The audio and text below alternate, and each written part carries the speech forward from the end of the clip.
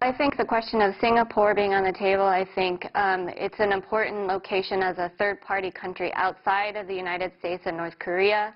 I'm sure there was a lot of back and forth about, President Trump visiting Pyongyang and also perhaps having Kim Jong Un either visit the United States or have the summit in the DMZ, the demilitarized zone on the border between North Korea and South Korea. But it looks like they settled on a neutral third-party country, and so I think that's a good thing because it means that there won't be a lot of extraneous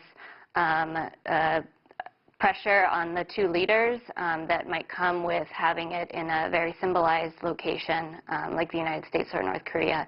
And I think that about other leaders being present, I think most of the focus, even if there are other leaders there, will be still beyond President Trump and the North Korean leader Kim Jong Un, and they have a lot to discuss. Obviously, the big question of denuclearization and also perhaps a long-term discussion about a peace treaty and peace on the Korean Peninsula. So it will be a very substantive, I think, and very important meeting for the two leaders. There is very little time left before this summit will happen, only about a month, and so that there are a lot of logistics that will need to be worked out in terms of security, et cetera, for the two leaders.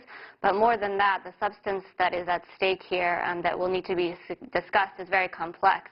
The issue of denuclearization, how will it happen? Do the North Koreans really agree to abide by a process of denuclearization in the long term? And if they do, how will that be verified? What will be the locations in which they will allow people to verify their dismantlement of their nuclear weapons program? Those are all very substantive and very complicated issues that will need to be at least discussed a little bit beforehand, if not after the summit as well.